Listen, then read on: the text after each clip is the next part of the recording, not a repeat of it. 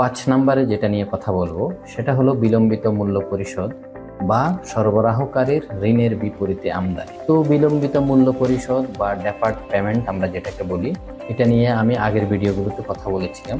সেখানে আমাদের যে অন কনসাইনমেন্ট অথবা ওপেন অ্যাকাউন্ট সিস্টেমটা আছে, মূলত ওই সিস্টেমটাকেই ফলো করা হয়।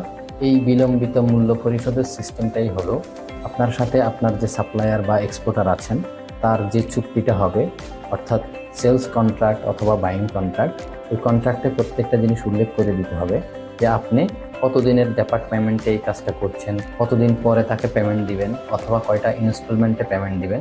এই প্রত্যেকটা জিনিস আপনার সেলস কন্ট্রাক্ট অথবা বাইং কন্ট্রাক্টে উল্লেখ থাকতে হবে।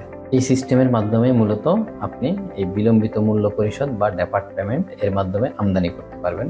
এছাড়াও সরবরাহকারীর ঋণের বিপরীতে আমদানি, এই ব্যাপারটা এমন, অনেক ধরনের প্রতিষ্ঠান আছে যারা জয়েন্ট ভেঞ্চারে কাজ করে অথবা বিদেশি বিভিন্ন সংস্থা এবং প্রতিষ্ঠান থেকে যদি আপনি ঋণ নিয়ে থাকেন, ওই ঋণের বিপরীতেই আপনি পণ্য আমদানি করতে পারবেন।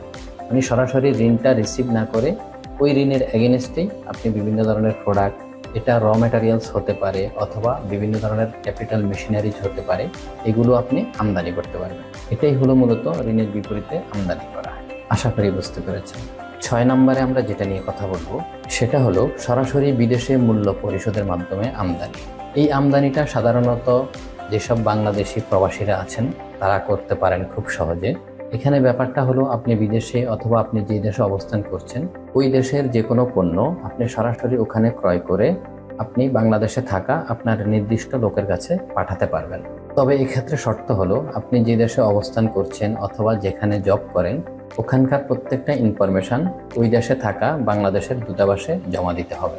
সেক্ষেত্রে আপনার পাসপোর্ট নাম্বার অথবা আপনি যে কোম্পানিতে জব করেন, আপনার স্যালারি শিট, আপনি কত টাকার পণ্য ক্রয় করেছেন, ওই পণ্যটা ক্রয় করার যে ইনভয়েস থাকবে এই ইনভয়েস, এই জাতীয় প্রত্যেকটা অফিসিয়াল ডকুমেন্টস আপনাকে বাংলাদেশের ওই দূতাবাসে জমা দিতে হবে।